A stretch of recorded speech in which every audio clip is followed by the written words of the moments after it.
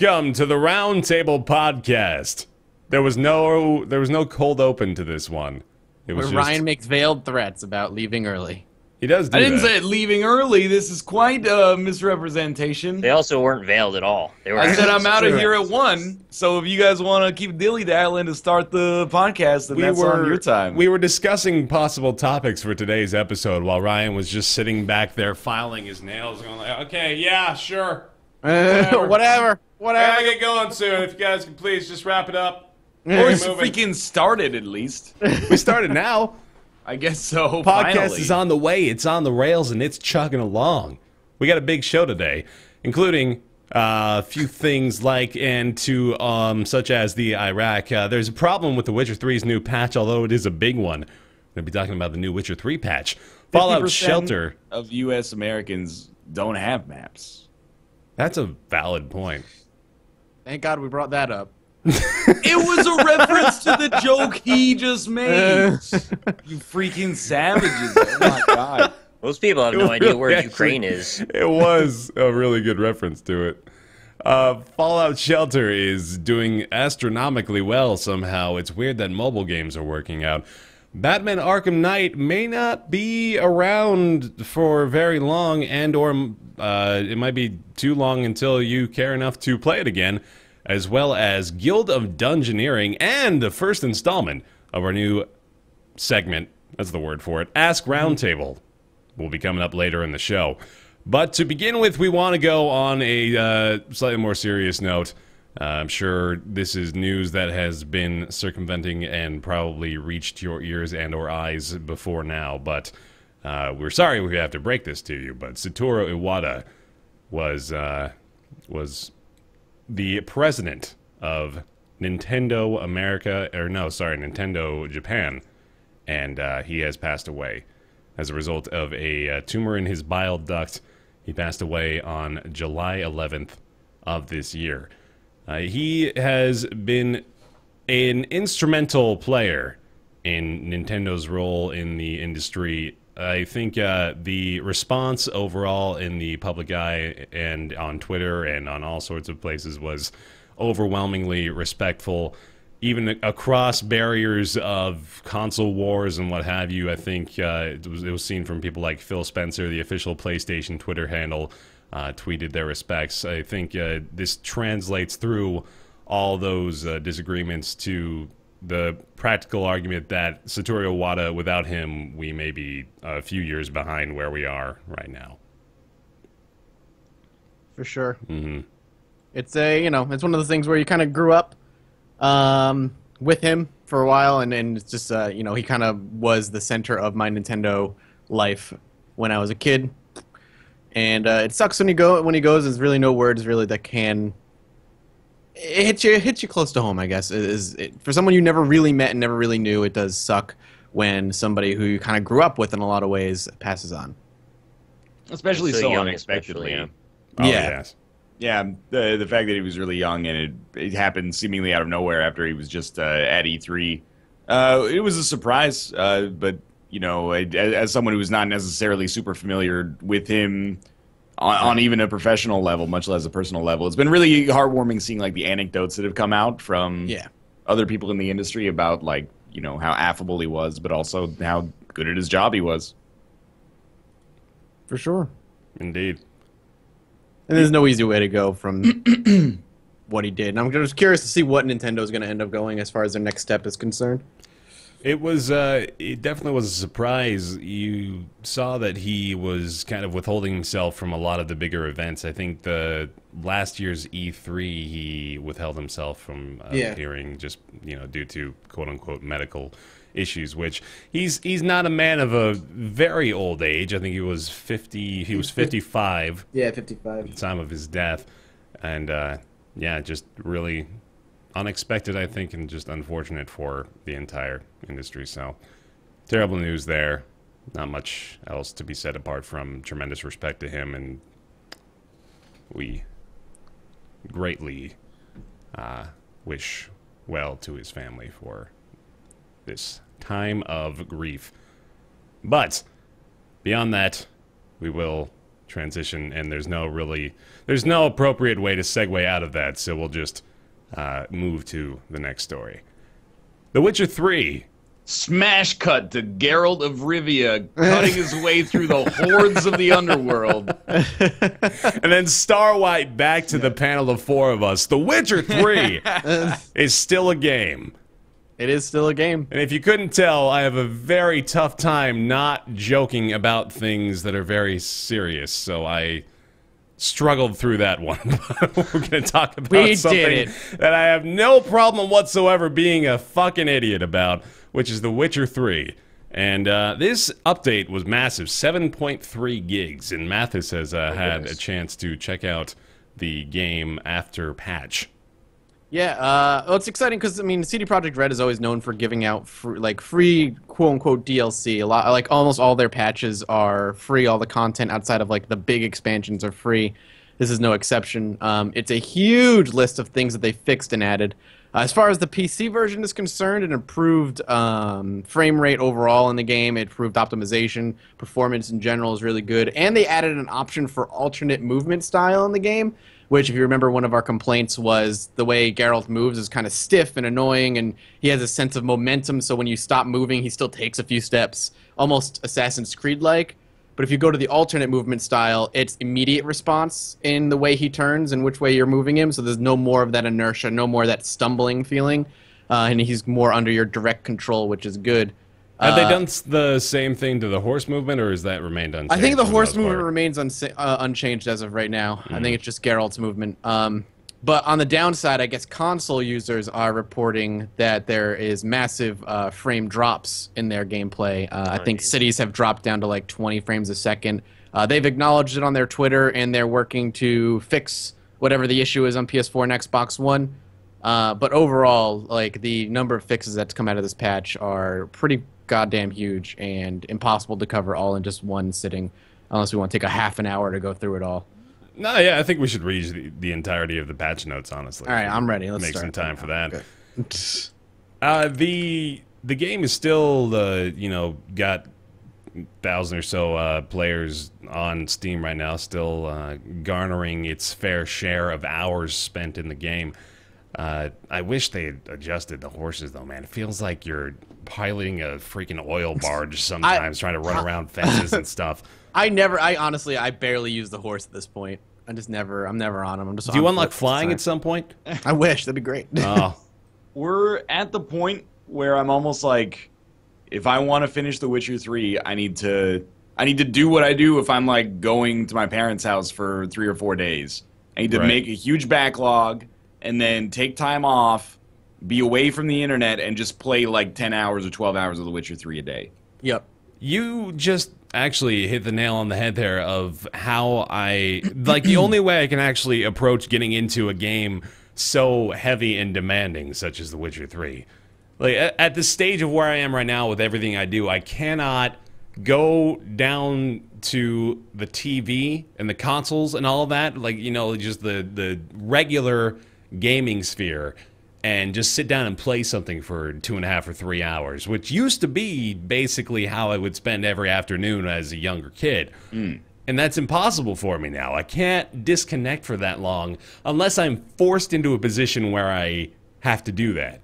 That's what streams are for, man. It's your excuse to play longer games. That's true. But then that's how it's been working for New Vegas, for sure. Yeah, that that's makes exactly sense. what it is for me. If I wanna have an excuse to play longer games, I'm like, I'll stream it. Then you'll get backseated the whole time. I don't look at chat. Are you kidding me? Oh, I'm yeah, looking at the comment you think section. Mathis reads a chat or comments? No way. Dude, I'm actually I'm pro backseating. I'm with you, Twitch chat. They've saved me so many times in Fallout New Vegas where I'll be like, oh, I don't think we need this, what is this energy cannon? Let's just sell it. It's really heavy. It's really the only reason you're successful in Isaac is all that backseating. Yeah, dude, I don't know anything about Isaac. The trick is it's actually YouTube backseating. It's asynchronous, but it works really well. So I do something 2 weeks ago. Oh, sorry, man. Was I boring you? Yeah, you bored the fuck out of me. I do something 2 weeks ago, upload it, and then I get told about the mistake that I made, and I get in my time machine, and I go back and I sleep in Isaac's bed and get 3 spirit hearts, so that I win the run that I won. Even you win more it so. harder. Exactly. This guy was detailing for us all this insane stuff that he does. He actually reads through comments that are mapping out the rooms and the floor layouts for seeds, and then he programs these batch files to like preset random generation in Isaac. Yeah, dude. That's why I'm taking programming classes, is so that I can engineer my own seeds. I have a seed generator that always makes sure there's one D100 on every Isaac run. I wish you would actually use. A bot. Oh yeah, the bot could work. He was making a bot that was gonna play. It was gonna learn like Dragon Naturally Speaking. So after a while, he just plays enough. He gives it the data, and then it plays through the Isaac seeds, and he doesn't even have to be there. Oh yeah, man. That would be my favorite part of games like Virtua Fighter, honestly. That's the end game. Where I would just like watch the AI play each other. Well, I think this mostly has to do with the fact that I'm just abysmal at all fighting games, and I'd rather watch the AI do things correctly. You say this during Evo, that like there's nobody to watch. Yeah, no, it's over Come now, on. so I've got like 3 days of leeway on that. That's true. But no, I think I'll come back to The Witcher 3 at some point when I am forced out into a cabin in the woods with no other electricity provided besides the exact amount necessary to power a PS4 and television to play The Witcher 3 on. But for now, I've got Rocket League, and that's all I need. It's funny how that happens, isn't it? Sometimes a game will come out and it'll just completely steal the freaking thunder away from something else that you still liked. Yeah. I think the last time that happened was Skyrim, actually. Where, well, I also waited for the midnight release of Skyrim. This was before it was a big deal or anything. But now the midnight releases are at my doorstep, and they wait till midnight to deliver the game to me. That's how things happen these days. That's about right. But I'm glad to see that The Witcher 3 is, of course, getting big patches. They have been providing a few little extra tidbits of free downloadable content and extra materials as well, and they plan, apparently, to do so for quite a while. Which, you know, CD Projekt Red, I think, just has a good reputation for that in general, of providing beyond the Call of Duty. Well, oh god, wow, that was a double meaning attached to that one. Like the extra mile as far as new content and DLC and support for the game beyond release. So always a nice feeling to see developers go that route with big releases. I'm ready for The Witcher 4, man. That's true. Yeah, they've been slacking. CD Projekt Red. They listened to feedback so well that they added this movement system. What if everybody's just like, you need to make more Witcher games and make them free? Well, they What if everybody was like, you know, you should kill all people that have like 2 O's in their last name? I think we should be concerned specific. that CD Projekt Red is a little bit too impressionable. It's like, geez, have a backbone. You took that like 3 levels deep out of nowhere, and it wasn't out of nowhere. Is Nick's suggestion there? You know, they respond to fan feedback. It was a veiled compliment, to be honest. If the fans asked them to jump off a bridge, would they do it? I hope not. Nick's weird suggestions. I have a lot of those. You do. Witcher 3 still available. It's awesome. Go play it. You should Almost play it, as though. many concurrent players as Rocket League. Nice. That's impressive. Rocket League is still #1 on Steam. That is really impressive. Have you for played something it? that is That's not why. an early access multiplayer survival sandbox game. Yeah, I'm shocked, With honestly. zombies. No offense, Mathis. Looking at the top sellers... You say that, that's like something I still play a lot of. Looking at the top sellers on Steam right now, there is one early access survival game. It's An Ark, Ark? and That is Ark. Ark. Bad. And To I be don't fair, get it. Ark does have like 70,000 concurrent players, so Which is insane. that's about triple Rocket League on PC at least. We got Rocket League, Grand Theft Auto, Counter-Strike, Alien Isolation, Witcher 3 still up there. Ultra Street Fighter 4, The Crew, Active Aggression, and Terraria. Terraria. I like that. I like that one. That one's pretty good. I didn't know Active Aggression was that popular. Is it like a reboot or something, or is it a studio that used to make RTS games that's coming back? I don't know. Good question. It's It on looks from the sale, golden but I don't era. know if that's really... It's Well, an explosive it techno just came thriller out. real-time strategy game hailing from the golden era of RTS. I ask because I saw you tweeting about it with Ohm. on Oh, Wednesday. yeah. Well, he was complaining about the resource thing, and I was just providing the counterpoint as to why that was implemented. I haven't played it, but I've played a lot of RTSs that do what this does. It's all. It's available September 2nd. That's a pretty good. pre-purchase. I guess it's aiming to be like the replacement to Command and Conquer. Yeah. I have no idea. Makes sense. Anyway, that's not what we're talking about because none of us have played it. Talking about so many things, Fallout Shelter is one of them. It is. It is either raked in or racked up, depending on your preference. 5.1 million in 2 In weeks. lunchbox sales. Yes. Exclusively from lunchbox transactions. If you purchased Fallout Shelter with a lunch pail from the 1990s, you are accounted toward this acclamation of wealth.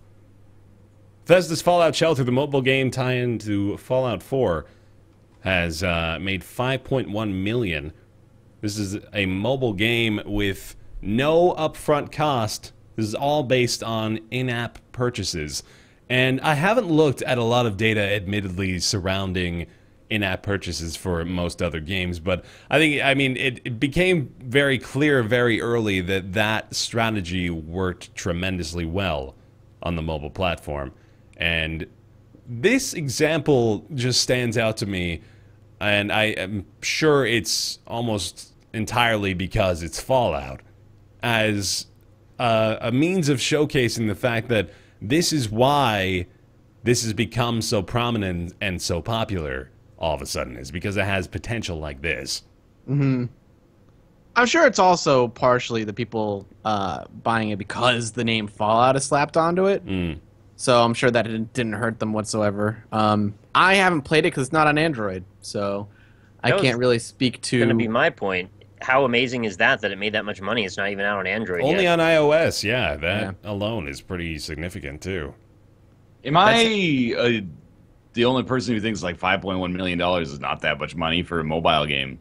I don't know what they were expecting, so I would be interested to see it against their projections of it. And we have to take into account the fact that this is not even necessarily a big moneymaker, at least from the perspective of the fact that it essentially is advertising for Fallout 4. So Here we go. profitable I agree with advertising that. for another game is Yeah. alone kind of insane. I think it's really cool that it's like a companion app, basically, or something to kind of stoke the fires of hype until Fallout 4 comes out. But I don't particularly think that it's that big of a seller, which is fine because it's free and it's just, in-app purchases. But I don't know, 5.2 million. Here's an example. Candy Crush in 2012 made $164 million. Yeah. But But that I was mean, a full year. This has been a month. Right, but if you true. multiply like 5.2 million by 12, it still does not come out to that level. It was 2 weeks, actually. 2 weeks. But Oh, still, yes. yeah, it's not quite there, but at the same time, that's competitive in that But if you look at space. the money that was spent on development of this as basically like ad revenue that they spent to promote Fallout 4, like that's a really good investment. Yeah, I'm not I arguing mean, even from a Yeah. business case. I'm just saying, like, I don't know if I'd go so far as to say, like, I don't know, like this is going to change Bethesda's like development principles or something like that. Maybe it will, maybe it won't. But I just kind of take it as like, it's kind of a good success story. Most of what I've heard on Fallout Shelter is positive as far as like the scope of a mobile game goes. Fallout Shelter it's been received well critically, and it's popular, obviously. It's selling well, or downloading well, I guess I should say. Acquisitions. Yeah. But looking at this from the stance of somebody involved in analyzing sales data at Bethesda, they look at 5.1 million as a lump sum, and you're probably right. In the span of 2 weeks or even a month, the $10.2 million there is not a huge amount of money. It's significant still, just as a lump sum, but it's not game-changing. But I think what makes that $10.2 million sum over the course of 30 days unique is what it weighs against. So traditionally, you would have that amount of money being weighed against the cost of advertising the game, the cost of marketing, and different sorts of issues with cuts from sales, the cut for Steam, the cut for the development team, and all that stuff. Like, there's different ways the money is being divvied out. But when you cut out the advertising and marketing budget and basically act or allow the game to act as that marketing platform for something else, but still put enough effort into this game to have it sell or do so tremendously well, that is something that I think could be a game changer. I think the concept of Fallout Shelter allowing other developers and publishers to get the idea in their heads of, we can do this too in different ways, not even necessarily just with a mobile app, but with just like a little downloadable game ahead of the release of the major game, to get people A, invested in the release of the future game, and B, already spending money on, you know, essentially Fallout 4. You can even look at it as people spending money on Fallout Shelter are putting money in the budget of Fallout 4's profitability, more or less. Yeah, I guess you could see it that way. I'm worried that they would look at it and start to dilute it, because that seems to be the way these things always go. Like, Bethesda made a good run of it because they cared and they have a lot invested in their property. They didn't look at it like throwaway. Like, this game can stand to some degree on its own, but you're going to get people that will eventually start to look at this as just like a very cynical, dry marketing budget, and the game will become pointless. It'll just be, you know, what we usually see as companion apps. Yeah. Mm-hmm. To even put some perspective on that, too, Games Radar actually does a little bit of a breakdown here. They can tell you that Fallout 3 made approximately $18.3 million in its first 2 weeks of sales, compared to the 5.1 generated from Fallout Shelter. So that alone, I mean, that gives us an idea of what amount of money is significant to a company like Bethesda. But $15.3 million in 2008 is like $21 million. That's like $86 million in today's money. It's like quintupled. It's not actually quintupled, but it is like, it's maybe like 20, 25, 30% higher now, just due to inflation. But I don't know. I saw a figure that Skyrim, in its lifetime, so not in its first 2 weeks, but his lifetime, made over $1 billion gross. So, wow. It's like a 200-fold increase over this. But I mean, I don't really know with what context or what kind of like consequence we're approaching this with. I think it's cool that there's a companion app. I think it would be cooler if there were not microtransactions in it, because whenever I see a free-to-play game with microtransactions, my initial hunch is usually that, especially on mobile, as a commercial, it's meant to just kind of like inhibit gameplay and engineer it to kind of get you to buy the microtransactions. Maybe that's not the case. I haven't played it, but I don't think it really is in this case. It I almost had can't. no impetus to buy anything Ask in this Dan one. Giesling. He's got a 30-part series on it, and he'll know. Has he just been buying things, like purchasing microtransactions 4 or 5 times per episode? I watched like the first few episodes, and he just he buys a lot of lunch boxes, but he's on episode 46, This guy. so It's just him squandering his Big Brother winnings I know, live on video. all on Fallout Shelter. I think he's made an agreement with everybody. Every cent of ad revenue goes toward making in-app purchases in Fallout Shelter. Can you imagine if Animal Crossing was like a free-to-pay mobile game? Free to pay, that's what they should call it. No, I mean, that's like a thing people say now. Oh, I thought but it was like, clever. for $5 you can move the clock around or something. How ridiculous would that be? Yeah. I would be living in a box somewhere.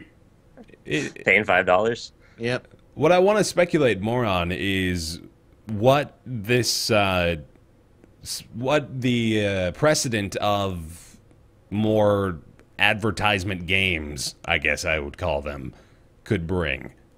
I'm worried a little bit, but also cautiously optimistic about things like Mass Effect, which is apparently getting another new game soon, having a tie-in like this, but being a bit more blatantly so an advertisement for the next Mass Effect game.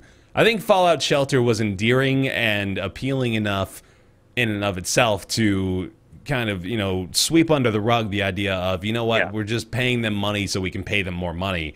But I don't think I have the same level of trust in teams like EA or Activision or Ubisoft to not just go all in on the idea of we can make money in our attempt to make money. They'll make for Fallout or for Far Cry 5, they'll do like the radio tower companion app or something where you've got to like geocache outside your house and it'll like hit buttons. And I can maybe even get into something like that, but at the same time, the odds are not high that it would be. Well, I was going to say, I hope the developers that are looking to do this look at the fact that this was also announced at a time where people have been craving Fallout a new Fallout announcement forever. So they announced Yeah. Fallout 4, and then they immediately were like, also, you can play something Fallout-ish right now. And people would be like, yeah! And it was they're a like, clever idea that "Money!" ties well into the concept and themes of the actual game and doesn't feel forced at all. Exactly. It all kind of made sense, and it makes sense as to why they're making so much money, because they're cashing in on the hype and stuff. So I hope other developers realize that they're not necessarily going to have that kind of success with their But they're stuff. going to do it 'cause anyway. Is the no thing. one's going to give a shit about fucking Call of Duty bomb shelter.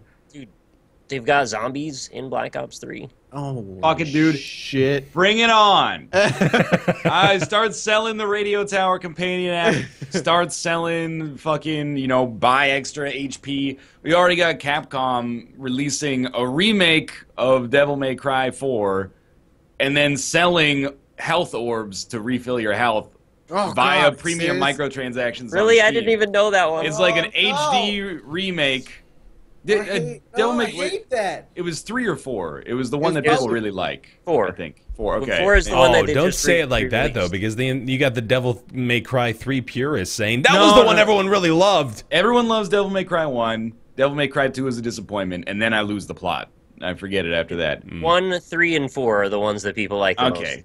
If we're already at the point where literally a company will be like, we've remade a 10-year-old game, and we're going to sell you the consumables that are specifically supposed to, balance the difficulty, fuck it, man. I don't care. Charge me for playtime. Just bend me over. I'll just be over here playing Rocket League. That's fine. I'll be over here playing a $20 game.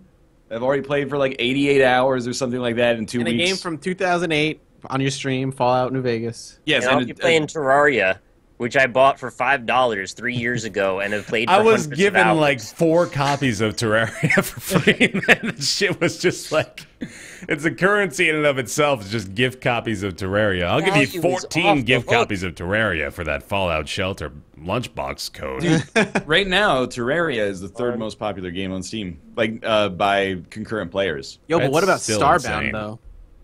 What about it? I can't join you on this circle jerk until the game's done. I would love to. I don't know why we want to bash it when it's not done. That I don't Don't get they want to that. release it this year? I heard that they're trying to If release it. you're the one bringing the negativity, you gotta have that information, man. Here's my negativity. There's only been one update to Starbound in the past year. I don't believe that I that is keep true. every time I upload something, people are like, "Man, you got to check out Starbound. They redid the whole system again." It's like, all right, I will. I'll wait until it's done and then I'll check it out again. You gotta wait Never until said I it's didn't done. like the game. I just didn't want to play it anymore because we finished it. We kind of saw it all the time. It's holding them to different standards, I guess, between Starbound and Terraria. Also, what I've noticed is Bethesda is, I think, the rulers of gaming hype edging. So they just keep a firm grasp on that shaft, Yeah. and keep that pressure building up till the time They is dig the nails in. yeah, they're just they get the pressure on there, and they're looking at you dead in the eye, yeah, you want this, don't you? You like that Fallout game so much, and you're very like, yes, disturbing. please, I need it. And then, just when the time is right, it's E3 2015, and they say, oh, you're gonna get it, but you can play some Fallout Shelter before that. And that's when they got you. That's when you blow your load on microtransactions and pale box lunches. That's how it works. Is anyone just Very first uncomfortable. off really grossed out, but Yeah. secondly, Nick and I were talking about on the stream this week, I don't barter. My brain shuts off when people try to negotiate with me. I just offer what I think is a fair price, and if it's not fair, then that's democracy or capitalism. That's fine. Whenever I sniff out a game that is trying to manipulate me psychologically into buying stuff, I'm just I'm not even mad about it. I'm just I don't like that. I'll just turn it off. Well, I mean, I'd like to stop the trend from keeping going down that direction if possible, but it's not like any one of us have that ability. I think one It's of us funny. does. We just have to Dialogue. figure out who. Oh, yeah. And it's a mystery novel. I like I that play that play. game. Yeah. No, that's a good... we could pump that full of microtransactions, actually. The Roundtable Podcast Mystery Game. Who among them has the power to stop microtransactions? Purchase a magnifying glass for $1.99 and look inside Ryan's nose to see whether or not the secrets lie within. I bet For I could get a publisher for that. $69, you can just decide which one of us has the power, I guess. Yeah, that's actually a tier on our Patreon page now. So have fun with that one. It will be in a moment. Stop microtransactions forever. Only $1,000. Over, we'll have a stretch goal. Over $2,000, every additional dollar goes to buying consumables in Devil May Cry 4 HD. Perfect. Fallout Shelter is still available. Fallout 4, more info I'm sure will surface as the Edge continues to build. Next up, Batman Arkham Knight won't be fixed on PC until spring. And this is the misleading headline of misleading headlines, because this is actually a story from Kotaku Australia, and Australian spring is completely different from American, or I guess just Western Hemisphere spring. Which, Normal spring. Yeah, as we call wow, it. yeah.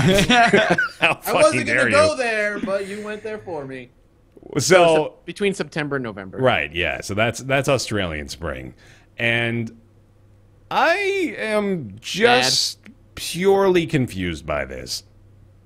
Why? What's It's- there to be confused about? It's startling, I it's think is what it WB. is.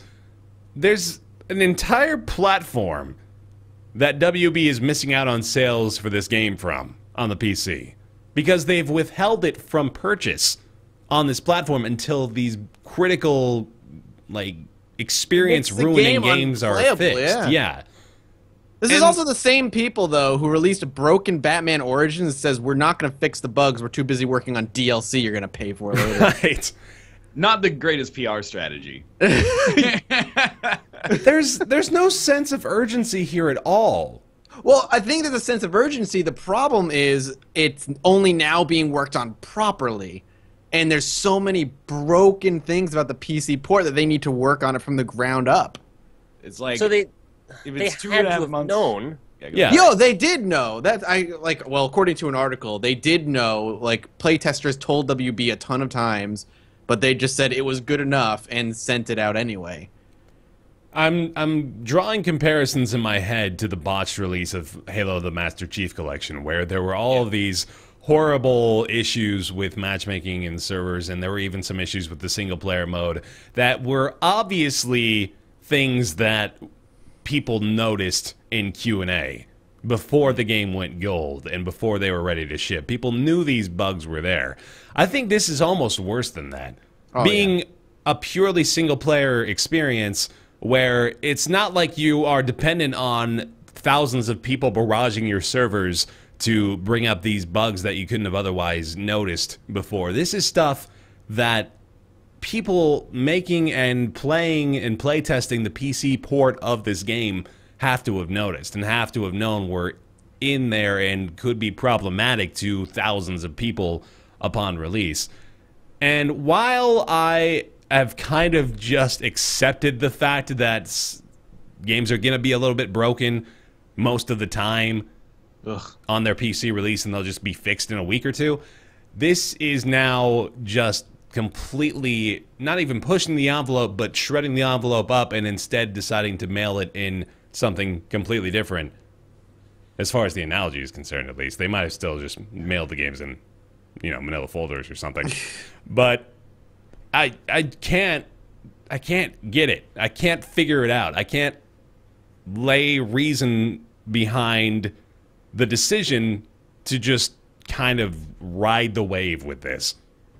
I think you have to.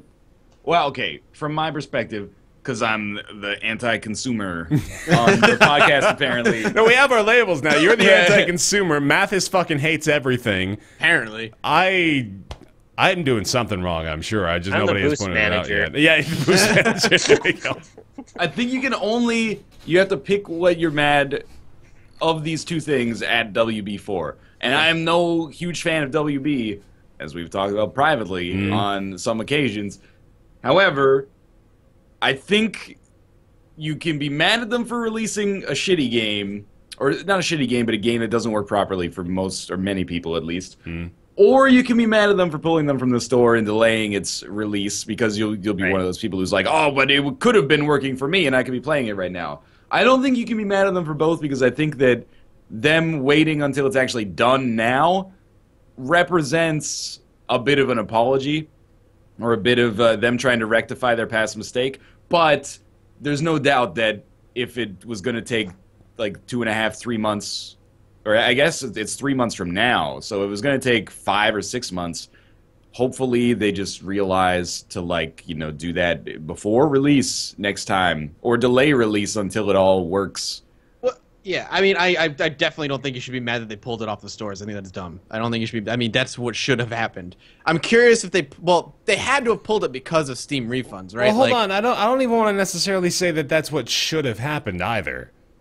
Well, it should have worked. It should have. Okay, yeah. I mean, if we're going completely hypothetical, yeah, like they should have released a fixed working version of the game on PC. Do you really continue selling a broken game though? I think that pulling it was smart. I think they didn't have a choice. I mean, I didn't return or refund my copy, and I could still play my copy. Like that's not the problem. But taking it off the store shelves, a completely broken game, is I think necessary. I'm relating it to the fact that well, I mean, first of all, that just seems like a move to protect consumers from themselves from a certain point of view. Well, also, how much are they losing from people buying the game and then refunding the game? Because Steam still keeps their cut of the game, whether it's refunded or not. Oh, they do? Yeah, that is what I heard through Jim Sterling. Huh. So I hear the Steam keeps their cut, whether you've refunded or not. That's actually really shocking. That seems a little... If it's true, it seems sort of fucked up. Yeah. That's a whole new fucking can of worms you just opened up here, man. Steam keeps their cut of refunds? Yeah, I'm going to double check that right now. Outside of that, continue, Word. I'll double check that right now. One point I would like to make is how could they release a game that needed 6 more months of work? Yeah. Ridiculous. Even that. Right? I'm trying to rationalize like 3 different points of view in my head simultaneously here. But I mean, I said that they're kind of protecting consumers from themselves by pulling the thing off of store shelves. When they released it initially with all those bugs intact, they subjected themselves to the whiplash of negative consumer feedback. And that alone, I thought, would probably be enough to punish them sales-wise. And they kind of just took the bullet upon themselves when they said, like, you know what, we're taking it off this platform. We don't want to get any more horrible Steam reviews or bad press or anything like that. We're going to take it out, stop the bleeding, and then address the wound itself in 6 months, I guess, when we have the time. Because, I don't know, like, they must be on a timeline for something else that they're working on right now. This is really cynical, but I feel like they did this with this timeline specifically so they could now have a holiday release. Oh, God, maybe. So they could then play it up and say, look, the new and improved Batman, and it's right in time for all the big holiday season stuff. Oh, yeah. I am normally not cynical to that extent, but I gotta admit that sounds plausible. And if I may put on my dastardly, Victorian-era hat and twirl my mustache, what they do is inevitably WB's or Rocksteady's working on some extra DLC for this. Yeah, they'll roll it in and call it a special thing. Exactly. Yeah. Oh, They'll say, man. hey, we've waited for the game to come out, or we waited until it was good. We did it right this time. And as a thank you, we're going to roll in the $15 DLC content. Because we respect you so much as customers that we were okay with releasing a game that needed 6 more months of work. Here you go. It's the classic double dip. It's the classic double dip. Oh, fuck, I think man. I'm just cynical enough that makes sense. If that actually happens, I don't even think... Here's how likely I think something along those lines is that it doesn't even seem like a bold prediction. No. But at the same time, I also have a hard time reconciling it and how I should feel about it, because I'm like, well, they probably want to do something. Like, what if they just came out with it and they're like, here it is. Like, they just dump it out in November and they're like, by the way, the DLC is also expensive as well. Yeah, no, they're going to play it up, of course. So it makes sense that this is the direction they would take it in. I think that really is what's going to happen. Tokyo Game Show 2015. Warner Brothers makes a presentation. Saying the new and improved Batman Arkham Knight with $15 non-lethal Batmobile bumper DLC coming to PC. And we added fixed version. anti-aliasing options too. Oh, It was like man, look at multiple that. types instead of just times 2. Mathis, are you okay, man? This is a long ass article. He's really studying that Steam refund yeah, I thing. am actually. It's, You look like it's interesting. your wife just got diagnosed with like some This is- incurable illness. You're trying. It's really long and it's a little confounded, but like a basic rundown is like, here's an example: player buys a copy of a $20 game. Standard Steam split means Steam gets $6 and developer gets $14. Player decides to get a refund. Steam defaults to placing the $20 back into the Steam wallet. The developer now gets $0, but Steam still has $20 locked into your wallet. Nearly any way you spend that $20, Steam is still taking their cut. Yes. So that is how it defaults. I guess there's a way to request your money back to like however you ended up doing it, but the default refund is Steam wallet cash. So Steam does get its cut either way, but it's not that every refund the developer pays 30% directly to Steam. Correct. Okay. So But when you do a refund, is it like a series of boxes that you check which form of money back you Have like? any of us So I filed get for there a is a refund way. yet? I have not. I haven't. But I guess when you do, there is a tick box somewhere where you can Yeah. offer, but it's defaulted at Steam wallet cash. So if you're not thinking, you'll click through it, and Right. that'll be how you get it. But if you pay Right. attention for a second, you can get it back as that's however what you that's paid what it. it's looking like Okay. right now. You have to pay such close attention to almost every prompt you get on your Installing computer and Flash, online these man. days. Fucking installing Java. If you're not careful with that shit, you got Yahoo taskbar and fucking what is it? They're gonna install Ask Search on your shit if you're not Flash, did careful. you see the McAfee BS antivirus program that you don't want, and it freaking updates like every day, so you keep getting prompted to download the stupid crap. Yeah. And then you're like, I don't need this Flash update. And then 2 weeks ago, there's a huge like Flash vulnerability that exposed like 20 million Americans' private information. Yeah. Freaking Firefox has made it their personal mission now to not support Flash, so you got to go out of your way to make it work. I think that's a good thing. Well, I mean, this It is a good thing, but my God, it's annoying. different podcast, I guess. But I know. Yeah. So to wrap up on the WB thing, the only other problem I have with WB outside of that is like this is like their fourth strike. I mean, they had Exactly. they had the whole Shadows of Mordor thing, which was like really sketchy with their review copies, and like they were only doing like review copies to people they were doing like a contract with or whatever. Then you had Batman Arkham Origins that was broken, like, we're not gonna fix it, we're gonna make DLC instead. Then they had the completely, utterly broken Mortal Kombat 10 PC release that was also shuffled off to a third-party developer for PC port, and now the same exact thing is happening with Batman Arkham Knight. So if anything, this is just another feather in the cap of don't fucking pre-order your games, just wait till they come out. Digital storefronts can't run out of copies. WB also had the in September. It's been quite the year. They had the Shadow of Mordor like paid positive coverage controversy with that's what I was saying. YouTubers, Yep. And they've just been generally anti-YouTube, like, as long as I which remember. is hilarious. Because Given- I did a video on Shadows of Mordor just for like, hey, I'm gonna play through this game, and the first one got slapped with copyright by WB, and I was like, fuck this, not touching this game. Apparently, Meanwhile, they're paying YouTubers exactly. like $1,000 a video to make like positive coverage of it. How They really wanna WB control does not everything. have the same reputation as like a Ubisoft or That EA actually right now was is just beyond crossing me. my mind of like the Yeah. fact that WB really should be, based on their track record in the past 2 years, on the very top of the list of companies that are not in the gamer's favor. If there was no Steam refunds, I bet your bottom fucking dollar this game Batman would still be on Steam right now, and they'd be like, we'll fix it when we fix it. That's a valid point too, actually.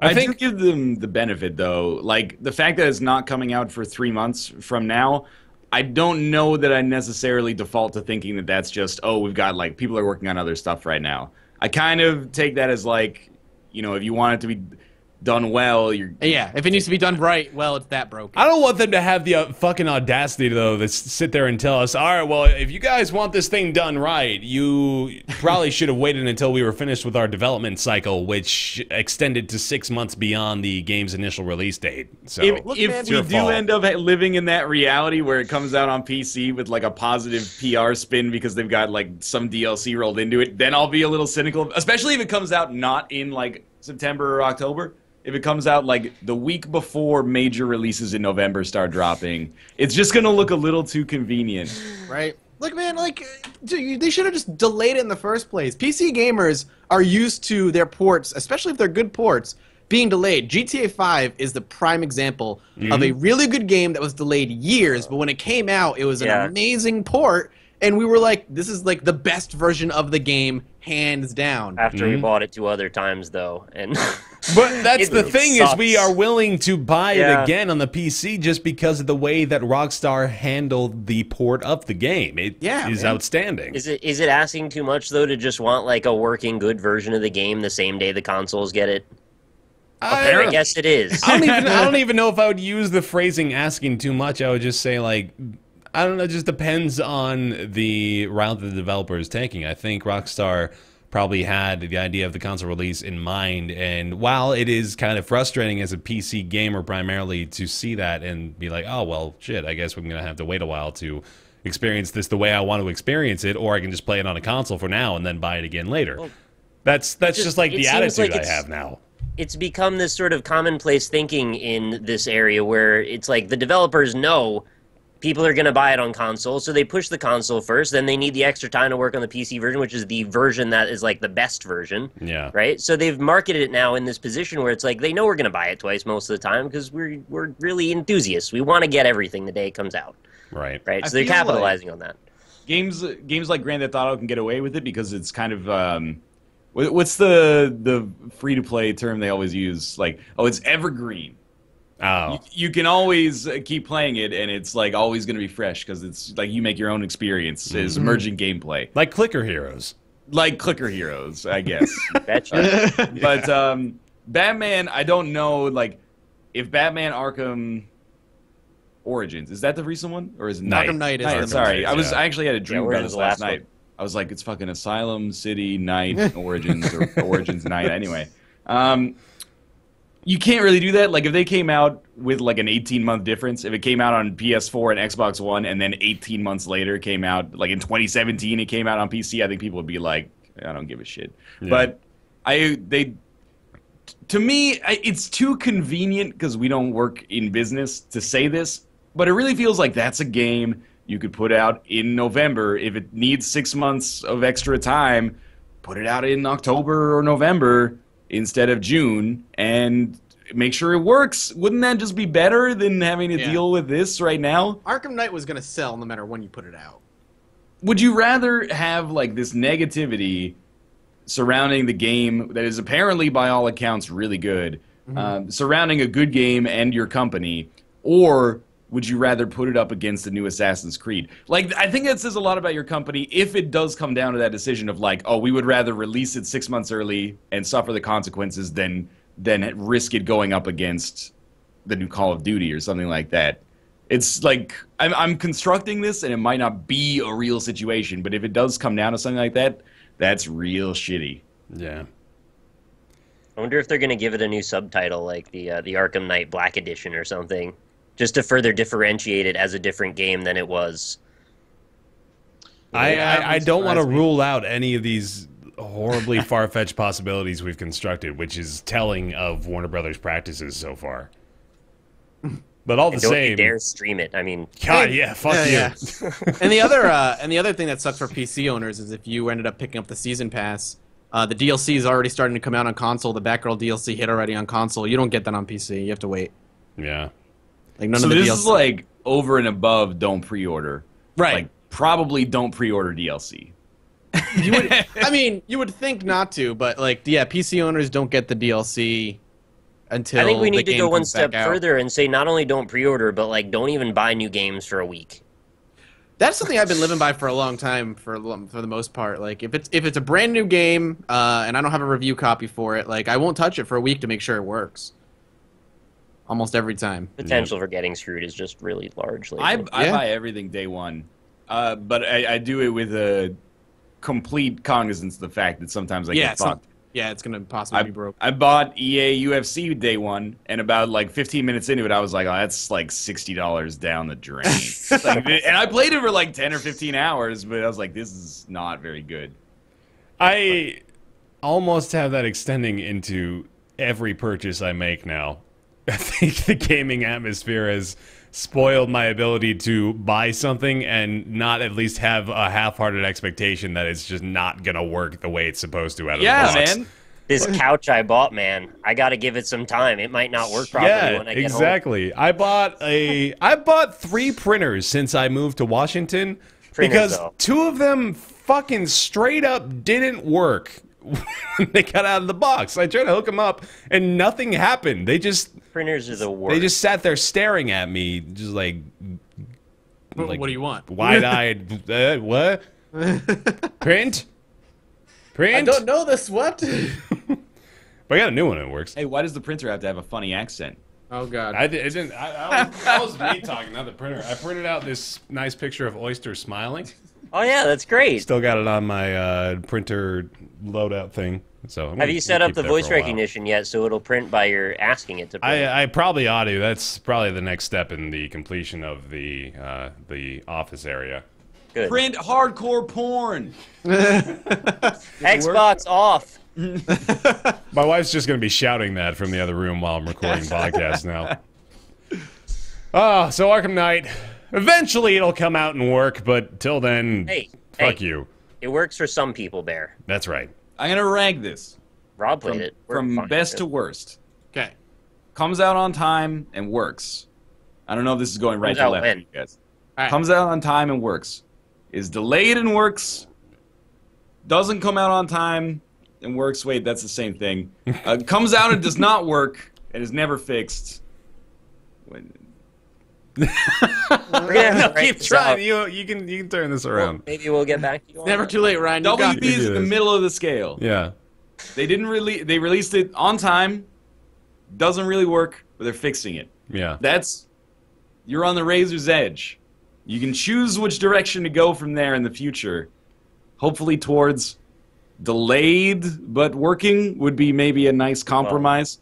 People don't give a shit about delays anymore. I don't know, maybe companies do, but The Witcher 3, they were like, oh, delay it, we'll release it in March, we don't care. May, whatever. And it sold like crazy. To some companies, the timeline of release is simply that. It's not when's the most optimal time to put out the game in comparison to other major releases coming out in the next year or two. It's when are we going to be done? When's the game going to be finished to the point of our satisfaction that we can put it out and have people buy it? The inevitable argument is always like, oh, you don't understand. For like big companies, they have to like release it. They have shareholders, blah, blah, blah, blah, blah. They have to come out with it in November or June. Like, I get that argument, but also The Witcher 3 represents like 98% of CD Projekt Red's business. So for them to be like, we're just going to fucking put it out when it's done. What do I care? I mean, that is probably not the candor that they had. It just strikes me as like, if they can do that when literally like that's their all in, like surely WB can be like, well, we can wait 6 months to release this. Or I don't know, maybe that results in like half of Rocksteady getting laid off because their margins are super thin or something like that. But surely this is not the best compromise. I'm not trying to suggest that I have the perfect answer, just that fucking something else would be better. Well, I imagine when you've got multiple IPs you're trying to juggle and balance between them, you've got to make sure that shareholders are happy, you've got, positive increase in sales always going, and if you delay things, you might end up with a big gap of revenue that then all of a sudden makes you look really bad that year. So, I mean, there's a lot of behind-the-scenes finances that I'm sure we don't see when these decisions are made. I wish developers would just stop caring about money and start appreciating the purity of the art form of gaming. Well, publishers. Or at least, like, it should be a product. Like, the product should work. Yeah. Right. Mostly. If you're going to sell us something, make sure we're giving you money for a working product. Exactly. Like, I don't know. Maybe Warner Brothers does have, like, a lot of stuff that they have for release, but I honestly don't know. Like, they've already come out with Mortal Kombat X this year, and they've already come out with Batman. I don't think there's like a Shadow of Mordor sequel coming out this year. Warner Brothers, I'm trying to see like what they put out last year. Arkham Origins was last year, I'm almost positive. Okay. They put out 9 titles last year. And that's the thing, okay, they got all the Lego stuff, man. It's printing money. Right. They got Lego Batman, Lego Movie, Lego Jurassic Park just came out, or Lego Jurassic World just came out. It's like, there was a story last year that literally those Lego games are worth more than $1 billion combined. That doesn't surprise me at all, yeah. They put out Dying Light this year. You can take a little time. Maybe, like, what I can see on their upcoming schedule, at least, is Lego Dimensions, which will be, like, the 8th Lego release this year. And it's a Oh, man. Skylanders-y game, so it's going to make a ton of money. Yeah, that's gonna make so much money. And Mad Max. I guess you just can't have that attitude in the traditional landscape of business. When you're Warner Brothers, and this is just like the gaming division of Warner Brothers, which is a multi-billion-dollar business that spans across many forms of media. Yeah. They, I'm sure, are not even allowed to hold the opinion of, well, it would make us money if we sold it now, but it's broken. So if we waited 6 months, then we could put out a better product, but we would lose some money from this year's projections. It's always going to be, how do we make the most money?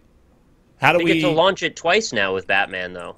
Yeah, I is mean, great well, for in them. our hypothetical, yeah, they're making a shitload of money, but also it's just like I can't think that they're not sitting in boardroom meetings discussing the fact that they have a product that is ready to ship and works somewhat, and they're not okay with that.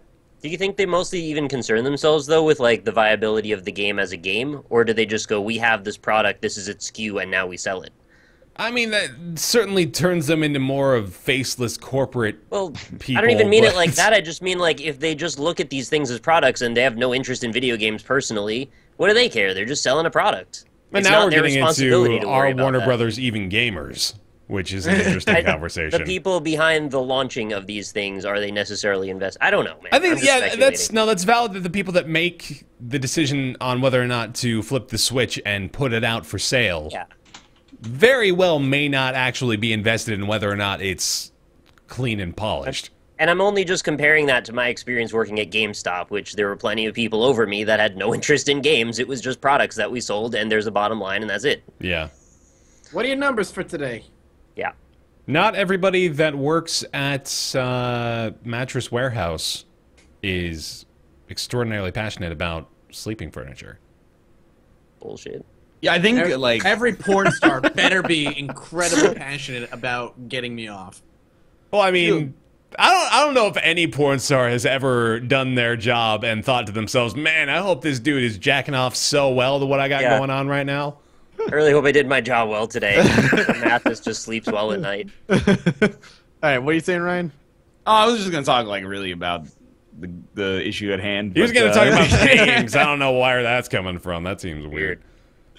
What I was gonna say is I feel bad for Rocksteady. Like Because you know it's not them. exactly, you know, it's not Rocksteady going like, fuck it, it's good enough. Like this Yeah. thing that we've worked on for like 3 years or something. It's like the sum total of all of our skills gained in the industry of like 200 people.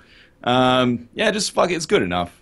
Yeah. Nobody will care, right? Like the climate in gaming right now is such that if we just come out with a shitty game, it'll probably just get swept under the rug. Yeah. Not a shitty I'm game, with a you. game that sort of doesn't work. Yeah, come Again. on, man. Come on, man. Well, I guess, again, it's just a wait and see of what actually comes to be in a span of 3 to 5 months, which is, a great window of time there. But I don't know, man. It's just, this is a very peculiar situation that I can't remember a time where a AAA game has just been completely broken on one platform and been withheld from sales as a result. I can't think of an example of that. I welcome actually examples of that because I'd be curious, but that alone is so significant that it merits us discussing it for 30 plus minutes of what the fuck is happening with this release. Yeah. It's bizarre. I'll be But- curious to see what this means for future PC releases from other companies. Yeah, absolutely. I hope we revisit this in the fall when we know more about what's going to happen with WB and also what their next game release looks like. on Sorry, these- did you mean Australian Spring? Yeah, sorry, Australian Spring. That's what we'll call Make it. sure to mark down your predictions, though, man, because I want you to have that on paper of Warner is coming out with the remastered, fixed edition of Batman Arkham Knight on PC. Game of the Year Come edition. holiday season. Oh, man, well, that was crazy. Only discussing one game on the docket today, and then we've got our new segment, Ask Roundtable, coming up later. I'm hyping up segments of the show that haven't happened yet. That's the new thing I've got going on. That's what we do here. Be good. I gotta get some coffee. That's fair.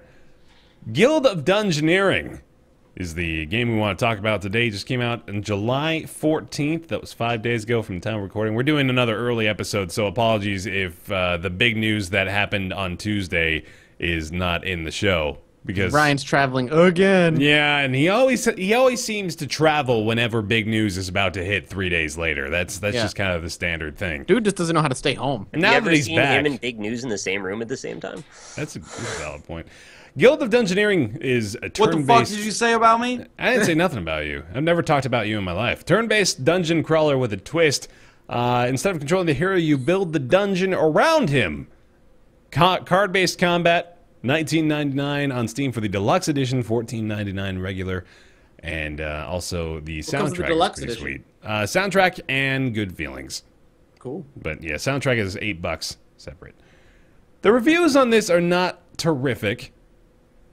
It's got overall a 74% thumbs up to 26% thumbs down on Steam, which is kind of what I'm looking at more so than things like Metacritic these days.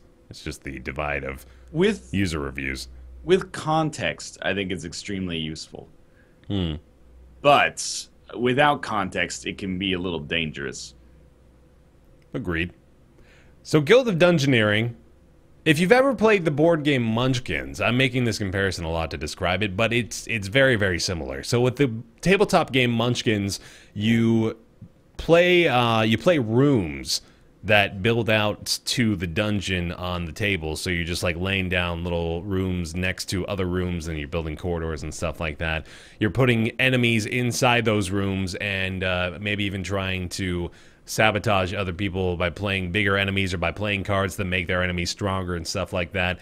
This, of course, being a single-player game, you don't have that sort of interaction, but you are placing enemies and placing items in gold and other rooms, and sometimes rooms that have fountains that will give you stat bonuses or sometimes negative effects going into another fight.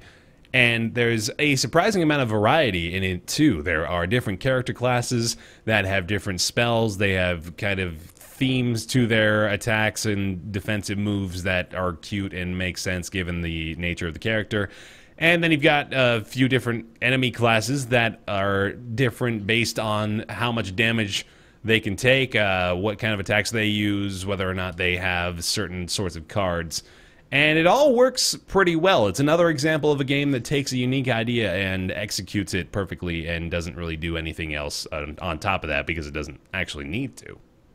The general gameplay structure reminds me a little bit of the hacking segment from BioShock or like Pipe Dreams, where essentially like you're the water and you've got to figure out how to get to the boss with the cards that you're given. Oh yeah, and along the way you kind of have to structure in your best chance of getting rewards while watching the footstep path.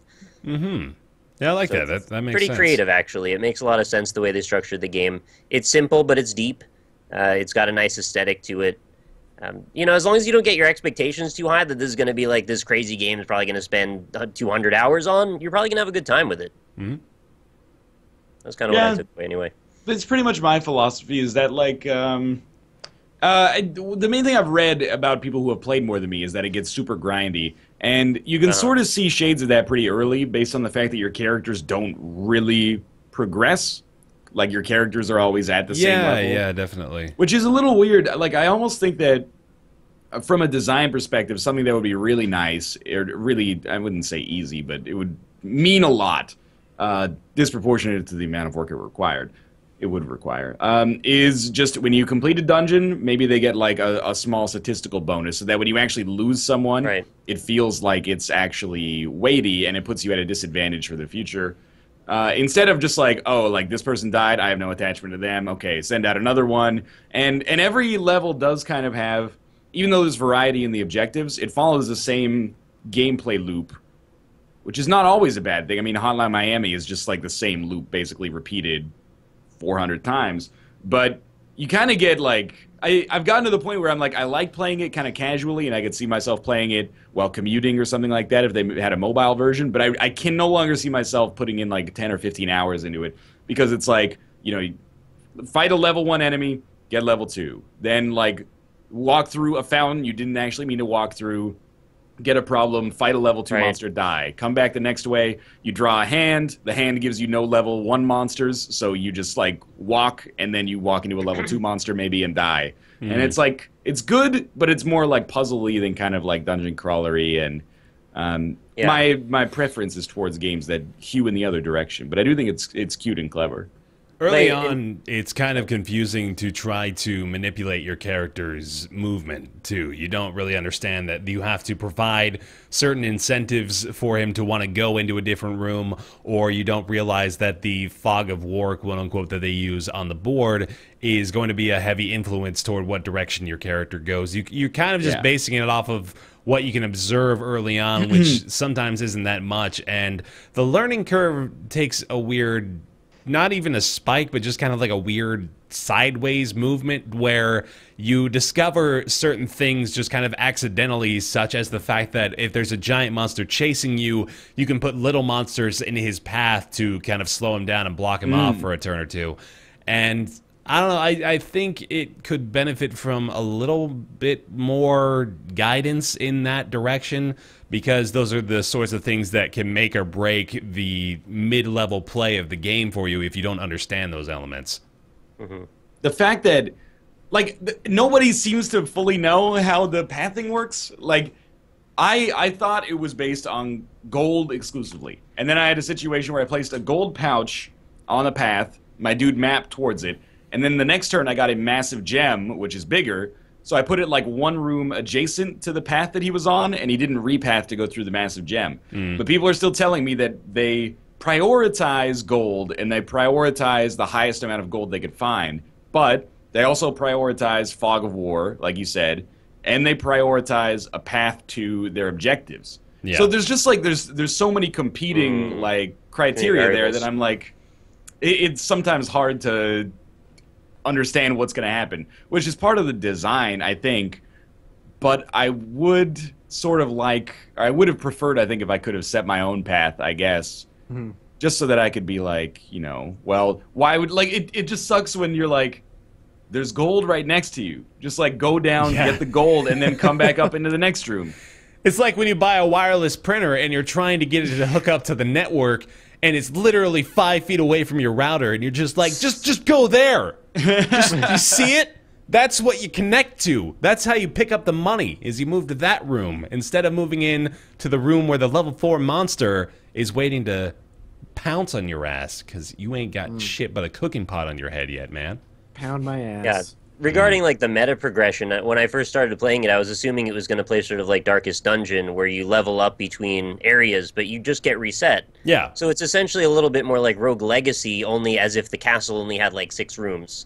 So you spend a lot of time building up money to buy a few more little starting items, and then you're still starting from scratch every time. You just unlock more and more character classes as you go. Yeah, it's got like sort of a Spelunky feel of, you have a 20 to 25 minute Spelunky run where you get a jetpack and a bunch of ropes and bombs and some paste and the spectacles and all this stuff. But then if you die there, then you're just going back to the beginning, and sometimes you have to do the same dungeon multiple times in this game because they're extraordinarily difficult sometimes, and you're starting from scratch. And some people may just kind of see that as these are lemmings, more or less. These characters that I'm being given, they're just lambs off to the slaughter until I can figure out how to do this right. It's formulaic to a degree when that happens too. It seems weird to say this because I guess it's sort of a counterpoint against my own personal skill, but I kind of prefer games where, like in Rogue Legacy, if you do really badly for a long period of time, you can fall back on just spending a bunch of money and grinding to get to a better place. So that way, if you're bad, like, you'll just get past whatever you're stuck on. In this, like, if you don't have a series of good luck for a long period of time, I think you're just kind of gonna grind in circles. Yeah. It does seem like every magnitude increase in upgrade actually makes like a really meaningful difference. So the early guild modules are like 50. If you grind enough to get to 500, which admittedly, if you're doing poorly, is going to take forever. But those are like, as far as I know, at least as far as I've heard, objectively better than the classes preceding them. Yeah. Which, in a way, I actually dislike, but it's just differences in philosophy. Like, I don't understand the point, to some extent, of having so many different characters in the game. If it only like they are different, and that's cool, but it also seems like there's objectively like best ones to take, and I'm kind of like, well, why? When I go out on a dungeon run, I'm like, I'm always taking the Bruiser. Like the Mime is fun, and the Cat Burglar is kind of interesting, but I'm like, the Bruiser starts with an ability where if they block all incoming damage, it does +1 damage, which is huge. And there's so many like blocking cards, and early enemies do 1 to 2 damage, which is really easy to block. So you find yourself in this situation where it's like way easy to tip the scales in your favor. So I'm always taking the Bruiser, but I do think that the card combat is one of the stronger elements of the game, because it's like all card games to some extent, or all collectible card games, have like a little rock paper scissors action going on with them. Hearthstone is just like a really convoluted, like this card counters this card, which counters like not directly but like thematically. This is like that, but really simplified. Not to suggest that it's better or worse, but instead of you having to like run it through in your head, it's just literally this is like +1 -1, and you're like, okay, I have this card which is +2 -1. So if I play this, I gain like a competitive advantage on this turn, and I really like that because it really just feels like an 8-element like rock paper scissors array to me. After a while, though, I kind of worry it starts to feel like you're just doing math equations, so it gets a little bit tedious. You do say it's like a basic arithmetic setup. Like, I've gotten to the point where I don't even need to read the cards anymore. I'm like, okay, well, the rat played Neurotoxin, so I'm definitely going to use a block to block the effect, and then I gain an advantage there because I have the Bruiser, so now they take 1 damage. And well, I guess that's good. You'll eventually kind of internalize the language that they have you speak, so you won't really be thinking about the exchange of damage. It's just, oh, it's that move. I do this. Yeah. As far as the RNG is concerned as well, I think for the most part, I've found that in the times I've died, it's most of the time my fault, because I probably should have just played differently. I should have swayed my character to go a different route, or I should have played a different card at some point during the fight. But there are times where RNG will just decide, no, fuck you, you're going to die in this fight, which is, I mean, I don't know how unavoidable that is in a game like this, but it just is just an unfortunate thing that can happen kind of semi-frequently. I actually really like games that have RNG as a big element. Like, I love XCOM. It's not exclusively RNG, but there's a lot of dice rolls. And I love a lot of those games where people are like, oh, well, even if you play fantastically, you can get fucked. I'm like, I like that. That's life, man. Like, right. You could have everything and still die. It's fucked up. But anyway, 2 ways RNG annoys me in Guild of Dungeoneering are pathing. Sometimes I get fucked by pathing. Like, I'll set gold to try to divert their path, but they just walk into a monster that's like a level above them. I feel like that should be like pathing rule number 1, is like your character should realize they this should monster's avoid too that. strong. Yeah. 1 level makes such a huge difference that seems like a no-brainer, but I get that that's part of the point as well. That is fucked up, or annoying at least. And also, when you have to kill level 2 monsters to get your objective, but you don't get any level 1 monsters with like your first draw.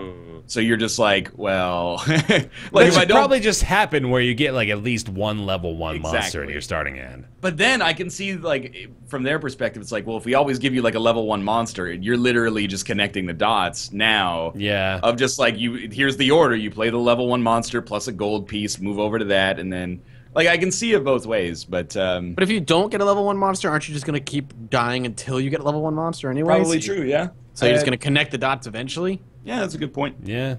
No, I think the system is just sort of, I don't want to call it inherently flawed, but it does have the distinction of I have to get these parts or it doesn't work functionally. Yeah. So that's just kind of how it ends up being, I guess.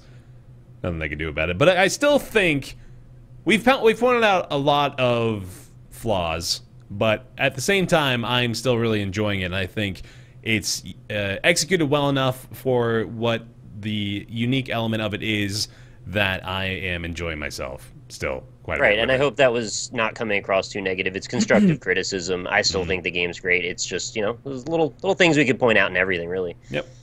I like it, and I've been returning to it occasionally while like waiting for people to sign on to play Rocket League. Rocket basically. League queues, yeah. And it's a little bit too long to use for Rocket League queues. Like if it was just a little bit shorter or a lot longer, it would like occupy a more open space, I think, in my like gaming preferences. But it's good. It's very playable is one way that I would describe it. I've got almost 3 hours into it on Steam. May put in more. Is it worth it at full price? I think it could be. It's very charming. And I think it's pretty satisfying, but it gets a little grindy supposedly, and definitely something that if you picked it up in a sale, I think you'd be more excited. Check out a couple videos on it. You get a really good idea of what to expect. I mean, this is one of the games that you can very easily decide whether or not it's something you're interested in by seeing a couple of videos, a review, or just a Let's Play of it. I think it's almost like a really great game to have in like a second monitor. Yeah. While you're watching something, or a game where you could have something on your second monitor while you're playing it, because it doesn't require 100% of your full attention, and I think maybe even benefits from not having 100% of your full attention. Fully turn-based, so you're not, under any pressure whatsoever to do anything. You've got all the time in the world. But yeah, it's I think it's worth the full purchase price. $15 right now, available on Steam. Mostly positive reviews. It's Guild of Dungeoneering, and that developer is Gambrinus, by the way, who I believe is just one dude. So impressive enough there. And Nice. that is it for our games today, and we are now unveiling, upon announcement of it last week, it is time for Ask Roundtable, the segment that will now be appearing regularly on the show. You guys, your faces aren't on screen right now, so you can take this opportunity to do all the nasty things that you have to do in between recordings. But Ask Roundtable is going to be appearing regularly, where you guys can submit questions to us, preferably open-ended stuff, not just like a yes or no of do you like banana bread, which the answer is yes, objectively for everybody. Yes.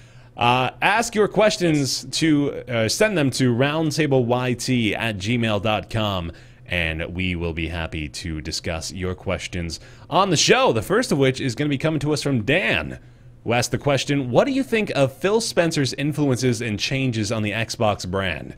Examples being focusing on more indie titles and giving a platform for indie developers to show off their games, straying away from the all-in-one media box that Don Matrick and crew were so focused on. Windows 10 ecosystem and integration, having monthly and bi-weekly updates with community suggestion brought to the Xbox One, and just all around turning the Xbox image around as compared to how tarnished it was after E3 2013. Seems like people like Mathis still think that the Xbox One as a whole is how it was in 2013. Thank you for your question, Dan. So, in a nutshell, what is your opinion on how Phil Spencer has supposedly turned around the image of the Xbox brand as compared to, I guess, just the overall failure that was their desires 2 years ago? Mathis, I suppose you should start this one off, considering you were called out by name. I guess so. Part of the question there. I don't like. I think we talked about this during the E3 thing, and I still hold to it. It's not that the Xbox One is a bad console. It's not necessarily a bad console. And the way they marketed it 2 years ago was abhorrent, and the constant push of the all-in-one box, which was annoying, and the Kinect was obviously a huge flop and a failure. It's so much that they removed it from the bundle. My problem with the console, and just consoles in general mostly, is the lack of games that I care about. With the PlayStation 4 in particular, there's a wider variety of games that I want to play now and will want to play in the future. And it's going to boil down to personal taste, where the Xbox still seems to be in this hole of first-person shooters and sports games. And I'm totally cool with sports games. I like sports games. I own sports games. But I don't... Playing Rocket League, does that qualify you as a sports gamer now? No. Playing MLB on my PS4. Okay, you still have to play at least one, nationally recognized sport. Right. I know you're midpoint here, but I don't understand I still feel like calling the Xbox One a console that has a lot of sports games is still kind of just riding on its old reputation. First-person shooters and sports games is all it has, is what I'm saying. I'm cool with it having sports games and first-person shooters. Tell me, what is... Okay. The PS4 has more exclusive sports games than the Xbox One. that's not okay. But what I'm saying, the PS4 also has a wider variety in genres on its console than the Xbox One does currently, and for the foreseeable future. I will say the Rare game on the Xbox One looks really cool because it's that pirate thing that looked really interesting. Will also be on the PC, so I'll be grabbing it for the PC.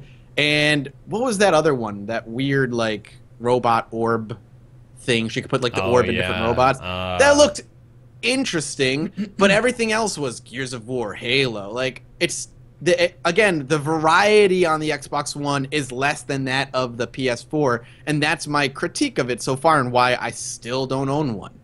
I don't think it's a bad system. I think they've done a pretty good job at turning around what they initially sold at the E3 of its announcement, but I also still think it has a long way to go to be anywhere near interesting, at least for me.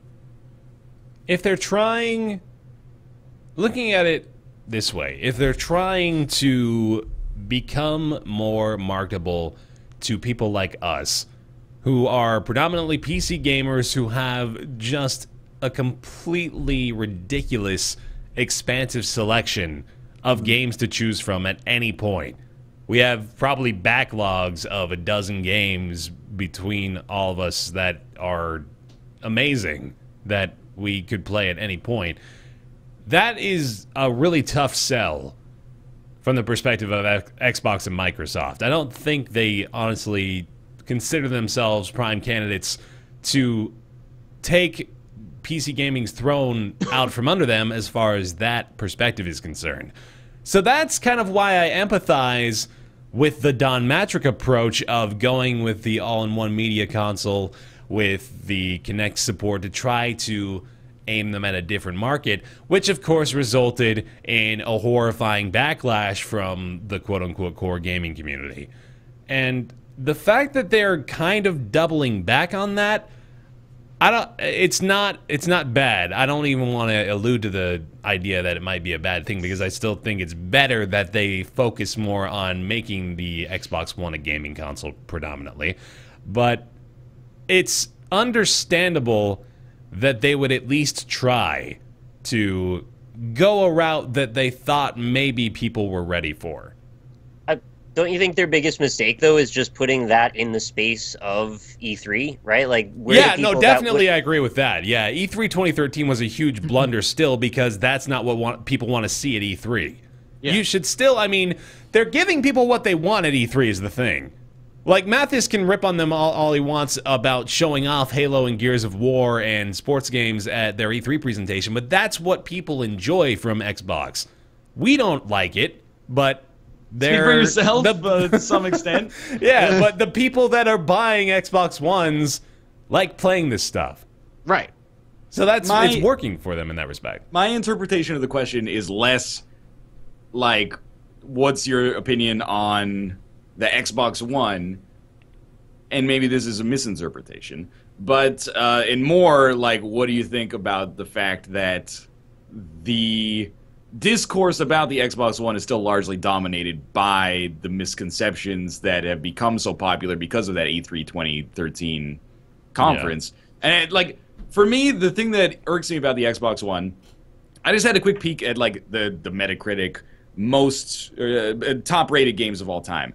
There really is a market difference in the number of exclusive games for the PS4 versus the Xbox One. All time for the PS4, just going through the top 10, you got Grand Theft Auto 5, Last of Us Remastered is exclusive, Bloodborne is exclusive.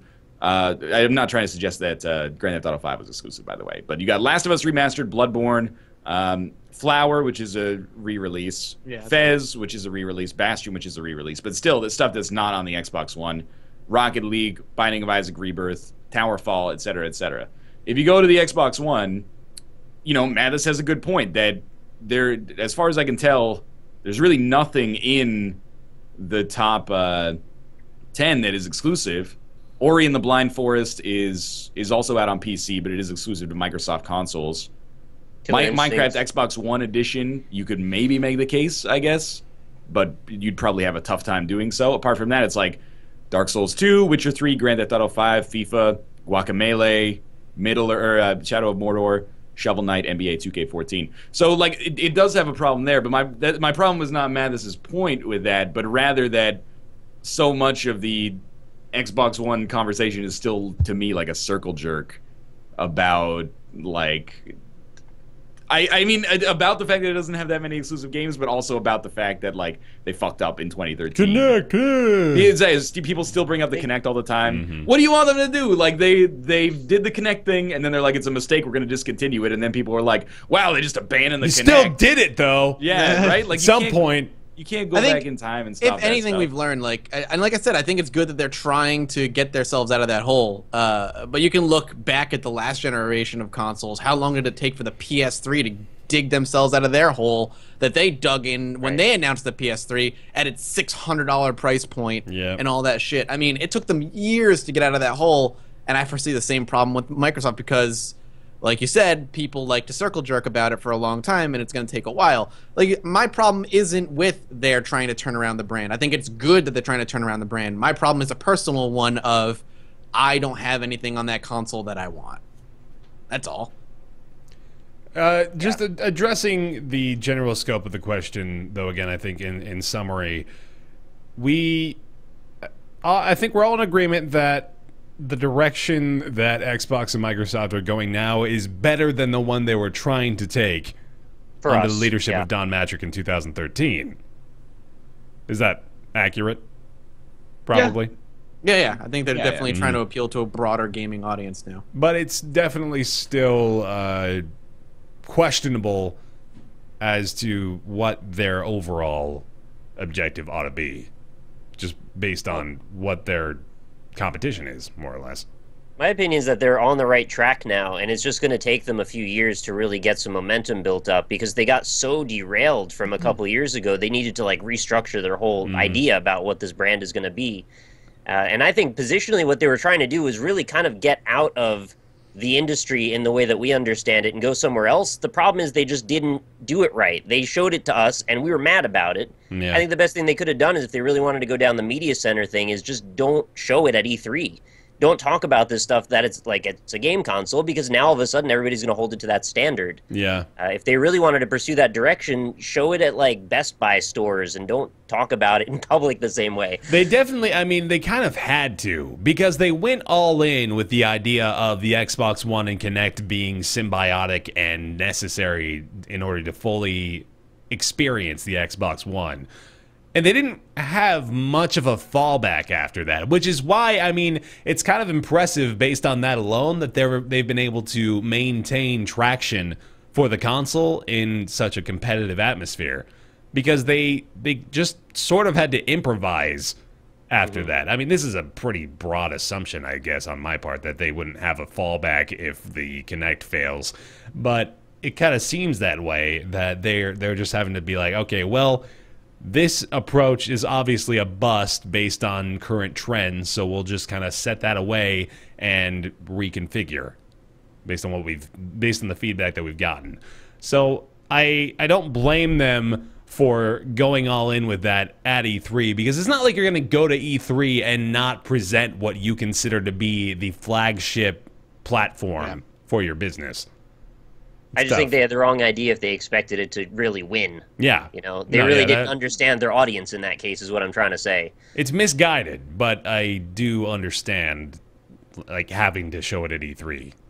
I feel like, in a way, and this is maybe something more suited to, like, a long-form discussion than what we're doing right now, but the Xbox One is kind of like a console that feels designed, and the Wii U, are consoles designed looking backwards at the Wii as like the console that dominated, at least in terms of sales, the previous generation, and being like, well, okay, to sell a console in like the modern age, it needs to have some kind of transformative gimmick. Yeah. So for the Xbox One is like the Kinect, the Wii U is the tablet screen, and the PS4, which has been the most successful thus far, at least in terms of sales, is just like, we're just gonna like make games on it. And the gimmick is there's no gimmick. We've really, for all the bluster about, you know, oh, mobile games are making so much money and casual games are making so much money, blah, blah, blah, blah, blah. I think really versus like 2006, we've seen a reemergence of a lot of like the core gaming demographic as well. People who are quote unquote gamers who would describe themselves like that want a machine that plays games, so they want something that has like a lot of games on it basically, or they want the PC which has the most games but also plays them usually the best.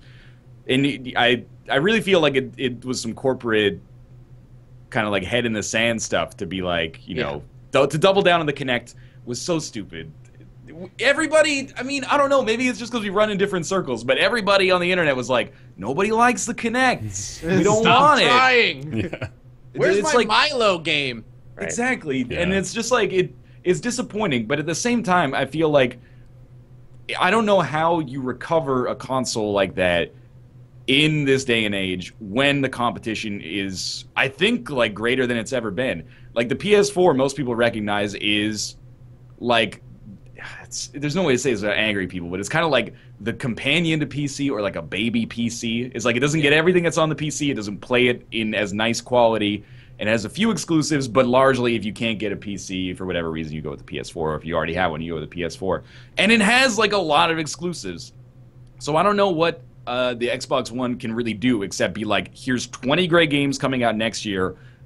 The vast majority of them are awesome, and they have like incredible appeal to people that can sell consoles. Like, if you still can't convince a lot of people to, well, not a lot of people, but some people to buy a PS4 with like a Miyazaki-led new Souls IP, basically, that got rave reviews. Like, I don't know what Microsoft does to pull people away from the PS4 and the PC.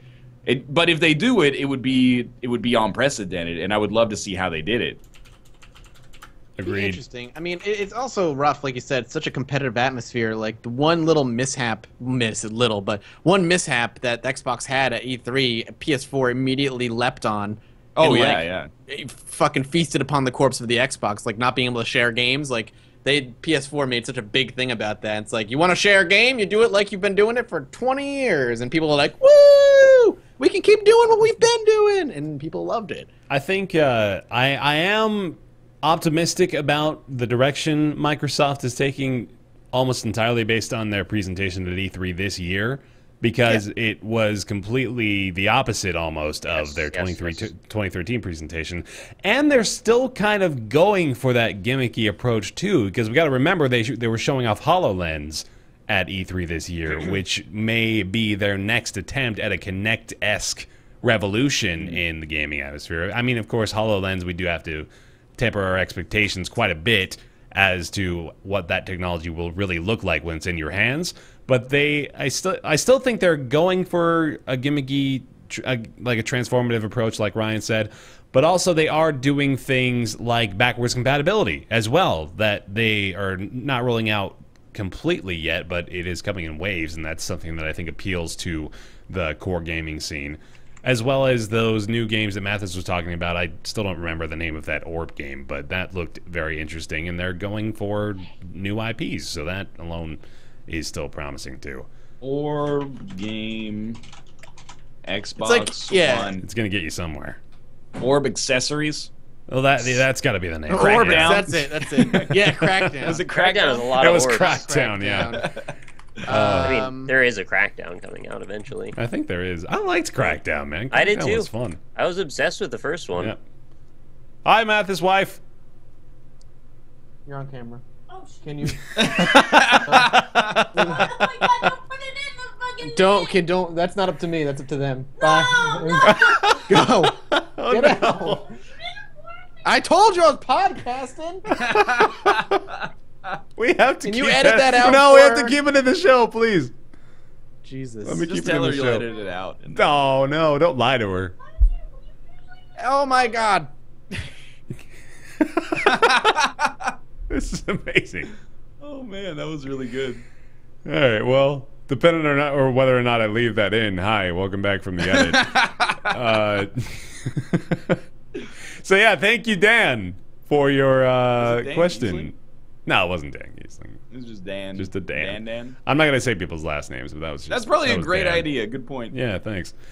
Thank you, Dan, for your question. If you have a question for Ask Roundtable, oh god, she's doing it again. She's getting the cat. Okay.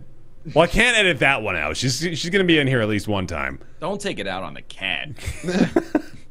But that's going to do it for Ask Roundtable. Again, roundtableyt@gmail.com. If you've got questions that you'd like to submit, feel free to do so.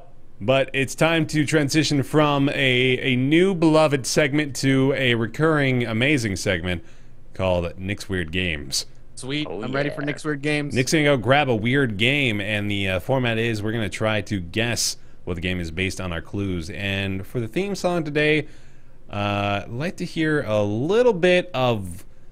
I want to hear you doing Wayne Brady doing Garth Brooks. How about you just Good do luck.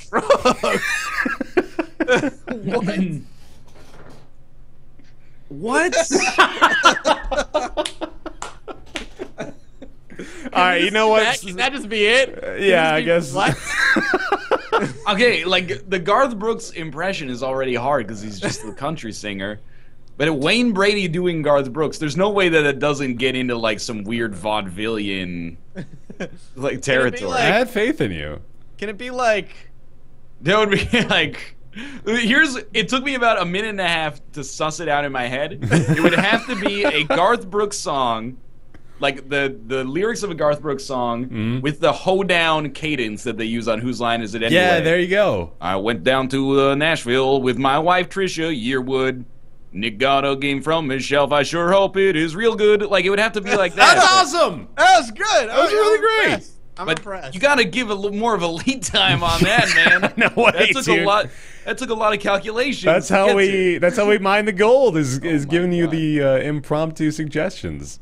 You think All right, Wayne Brady acceptable. was calculating improv sessions with Ryan Stiles and Greg Proops on Whose Line?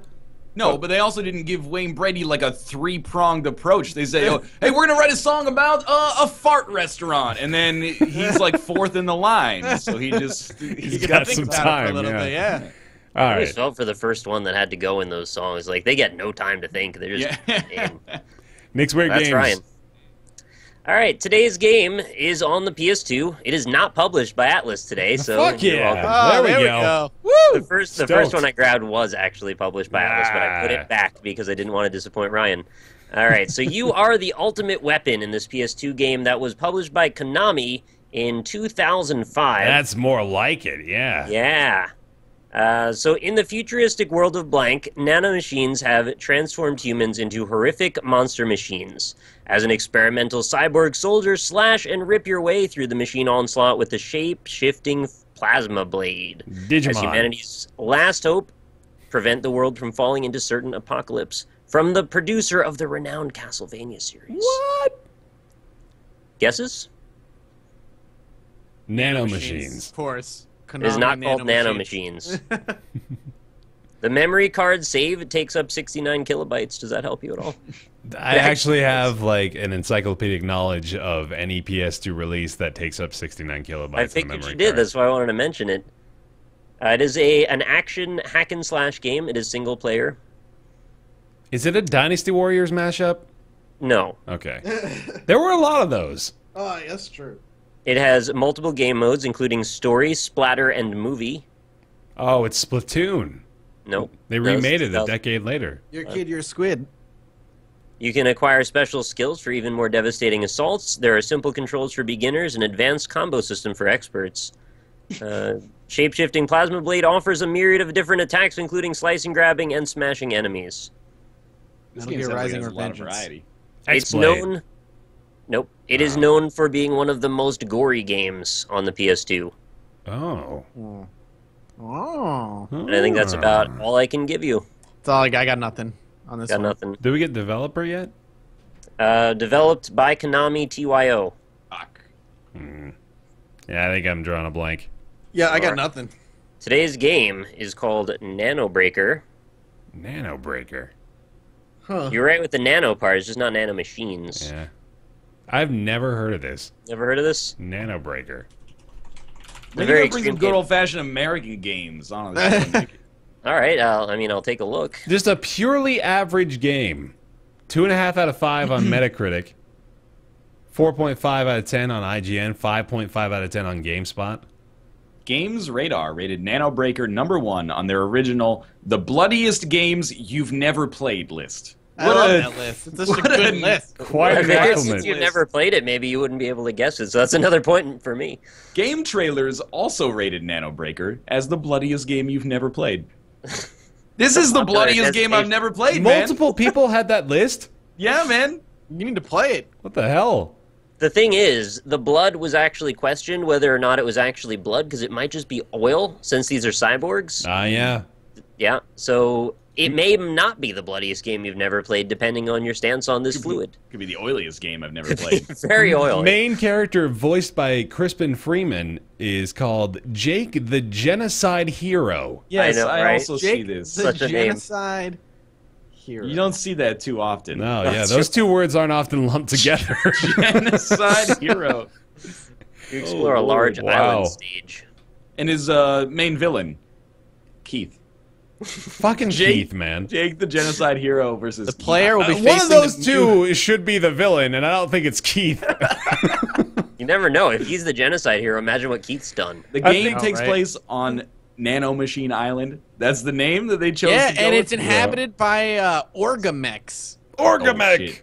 Orgamechs. Feels like something Orgamech Sonic the Crush! Hedgehog would show up to crush, Right. eventually. Oh, sorry. Jake General Orgamechs. Raymond is the main antagonist. That's my mistake. Ray, good old nobody. What Everybody, is I thought Keith's- everybody loved Raymond. Actually, Nah, Not nobody this likes guy. Raymond. Jake the Genocide Hero, I feel like that's a self-proclaimed title, where everyone else is maybe calling him Jake the Genocidal Maniac. Yeah, right?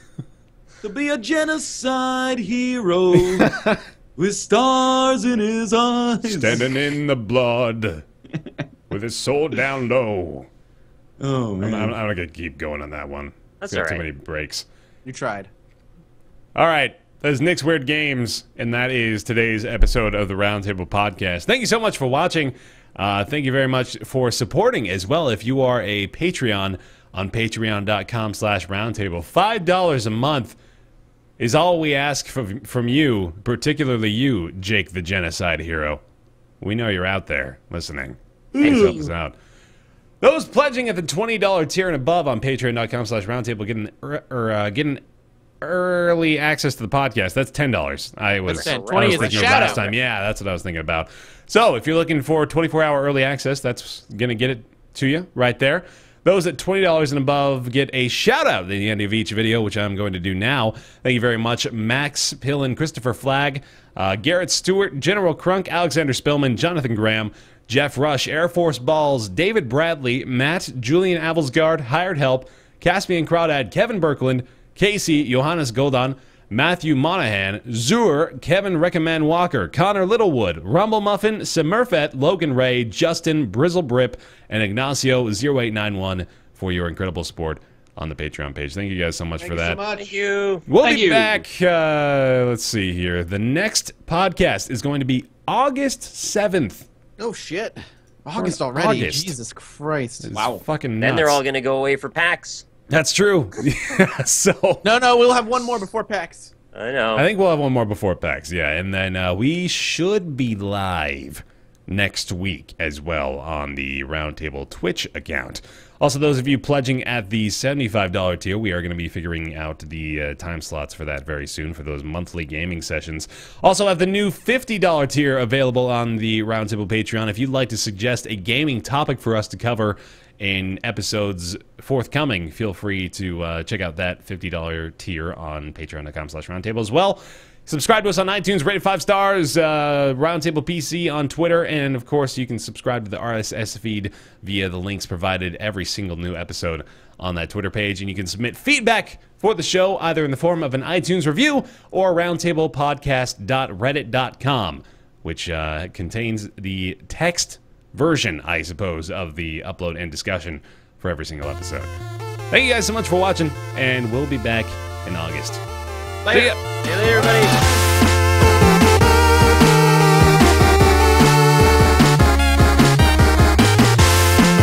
This podcast is entirely listener supported. To consider making any sort of contribution, large or small, visit patreon.com/roundtable.